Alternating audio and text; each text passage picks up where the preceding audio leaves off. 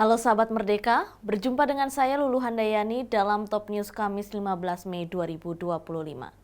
Berita pertama, pakar telematika Roy Suryo dan Dr. Tifa memenuhi panggilan penyidik Polda Metro Jaya terkait laporan Jokowi dalam kasus ijazah palsu.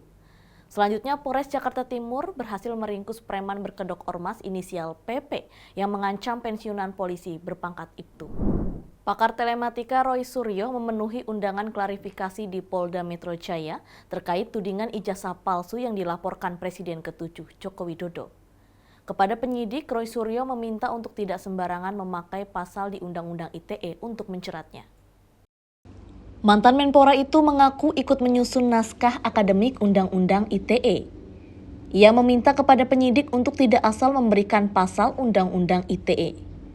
Dia pun mengklaim memberikan kuliah kepada penyidik mengenai substansi undang-undang tersebut. Undang-undang informasi elektronik bla bla bla bla. Mohon maaf sekali lagi, saya ikut merumuskan undang-undang informasi dan transaksi elektronik. Jangan sembarangan menggunakan pasal itu untuk mempidanakan orang. Ya, undang-undang informasi transaksi elektronik dibuat dengan niat baik agar Indonesia itu terlepas dari dikucilkan ke dunia internasional karena kita tidak memiliki undang-undang dalam bidang e-commerce. Jadi pasal-pasal itu adalah misalnya untuk 32 dan 35. Itu misalnya untuk seseorang ngirim bukti transfer kepada itu. Tapi bukti transfer direkayasa, tidak kodek. 1 juta dijadikan 10 juta. Nah, itu yang dipidana. Ada orang misalnya ya posting ini ijazah asli gitu. Tapi ternyata yang punya ijazah nggak mengakui kalau itu asli. Ya, kader partai itu. Ya, dia yang harusnya bisa kena itu. Dia bisa kena 8 tahun atau 12 tahun. Sedangkan Dr. Rismo, Tifa, saya tidak melakukan apapun terhadap barang elektronik. Dan yang penting, barang elektroniknya nggak ada. Jadi dokumennya saya tadi tanya, mana dokumen yang dilaporkan? Nggak ada, Pak. Loh, kalau nggak ada ya gimana penyidik? Gitu loh. Kenapa nggak ada dokumen elektronik? Ini Undang-Undang Informasi dan Transaksi Elektronik. Pasal 5 ayat 1-nya harus ada dokumen elektronik.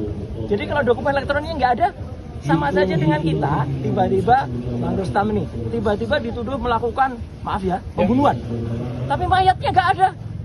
Gimana bisa dituduh beliau melakukan pembunuhan? Bahkan kalaupun ada mayatnya diperiksa dulu, diforensik dulu. Benarkah mayat itu terbunuh atau dibunuh? Kalau Bang Rustam tiba-tiba ngaku aja saya mau, ya kasihan beliau dong. Jadi saya ngajak teman-teman untuk lebih berpikir ya, termasuk juga penyidik ya. Jangan Anda mau ya diminta untuk mencantumkan pasal-pasal yang bukan peruntukannya gitu loh. Jadi 3 itu yang kemudian saya pertanyakan, ya diselundupkan pasal itu. Jadi sekali lagi saya tetap mengapresiasi Polda Metro dan saya tepat ya jam 10 tadi itu sudah 24 pertanyaan. Ya kalau rata-rata pada sampai 40-70 ya insya Allah nggak sampai sore ya atau nggak sampai malam lah. Mungkin sore nggak apa-apa lah kami ngobrol-ngobrol sambil ngasih kuliah kan nggak apa-apa. Jadi kita ngasih kuliah tentang Undang-Undang ITE tadi di dalam itu. Ini naskah akademiknya gini. Ini harusnya pasal ini digunakan. Oh siap bang itu. Jadi itu yang benar, jangan asal mau jika dipaksa. Orang itu harus tahu hukum, tapi jangan sampai orang itu kemudian dipaksa untuk menjalankan hukum yang tidak pada semestinya.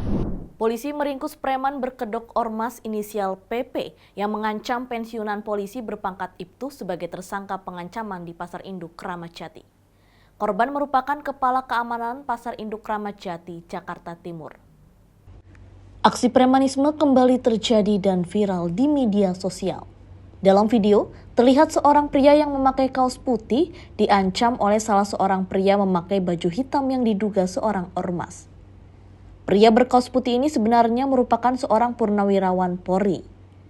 Sang purnawirawan Polri ini tampak tidak terlalu menanggapi serius. Ia memilih pergi meninggalkan lokasi. Tak berselang lama, preman tersebut berhasil diringkus oleh Resmo Polri. Saat diringkus, tampang preman ini justru loyo, tidak segarang saat membentak pensiunan perwira polisi kemarin. Pelaku diduga menjadi backing para pedagang kaki lima di Pasar Kramat Jati, Jakarta Timur.